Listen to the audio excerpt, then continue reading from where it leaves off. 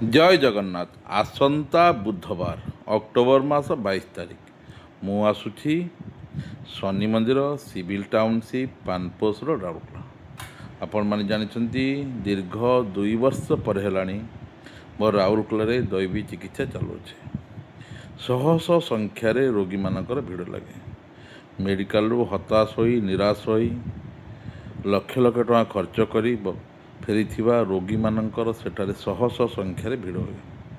आपण जानिथिबे मोर जो दैवी चिकित्सा दीर्घ 2011 मसीहारू केवल ओडिशा नुहे भारत नुहे भारत बाहर देश भी करी आसुची। रोगी मानकर बहु आशा भरोसा नहीं आसती। एठारे किसी खाइबार नहीं पीबार नहीं पालिबार नहीं किसी भी नहीं। ना अच्छी इंजेक्शन ना अच्छी औषध। केवल टिके स्पर्श आउ टिके आशीर्वाद रे असाध्य रोग सब भल हो जाए। आपण मैंने जानिथिबे अतीत निकटते जाइथिबा कुंभमेला रे लक्ष लक्ष बाबा थे। सेठारे मध्य मोर दैवी चिकित्सा होता और सेठारे सबू बाबा मान मध्य श्रेष्ठ नंबर वन थी मु। आ मोर दैवी चिकित्सा पाइबापी हाफ किलोमीटर जो लंबा लाइन लगी कुंभमेला सबू नेशनल मीडिया रे आपण मैंने देखिथिबे।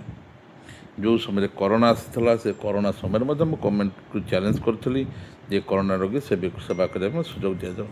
आउ लक्ष लक्ष कोरोना रोगी मुझे भल करी।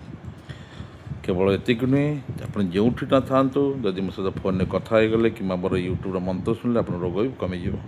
थरे आसतु निज आखिरे दैवी चिकित्सार चमत्कार देखु। आज आधुनिक जुगे कहीं भी विश्वास करें नहीं जड़े छुईदे रोग गुड़ाक भल हो जाए कि जन साथ फोन में कथा कि मंत्र शुणिले रोग भल हो जाए। ये आश्चर्य अविश्वसनीय दैवी चिकित्सा आमर जो रोगी मानकर बहु संख्यार भिड़ लगे और से दैवी चिकित्सा द्वारा ठीक कर दि जाए। संगे संगे आसतु निज आखिरे देखु निजे अनुभव करूँ दैवी चिकित्सार चमत्कार तो केते।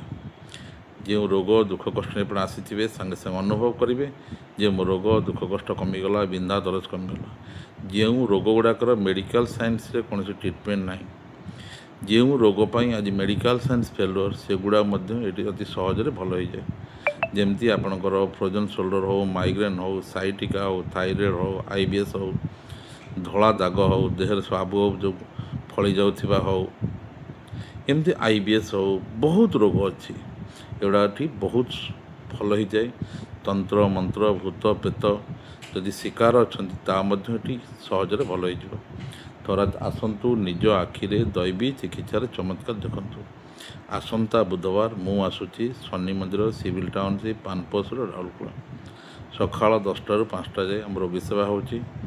आपण आसतु देखा करूँ निजे अनुभव करूँ दैवी चिकित्सा चमत्कार केबे भी भूली पारे। आपण निजे निजको पचारे दैवी चिकित्सा एत शक्ति आसूची केमती। आज सारा दुनिया मो दैवी चिकित्सा देखिए आश्चर्य असाधारण अविश्वसनीय अकल्पनीय अद्भुत ही दैवी चिकित्सा। थरे आसिले निज अनुभव करें जदि किसी न था एत रोगी मानक भिड़ कौन पाई हो। 2011 मसीहारू सबु समय आमर दैवी चिकित्सा केन्द्र में बहु संख्यार भिड़ लगुच। निजे आसिले निजे जानीपारे जे प्रकृत में यह एक अविश्वसनीय दैवी चिकित्सा। आसंता बुधवार मु आसुची शनि मंदिर सिविल टाउनशिप पानपोष रोड राउरकेला। दयाकोरी ये भिडियोटी की शेयर करूँ आ भिडियोटी देखी आपण मानक अशेष अशेष धन्यवाद।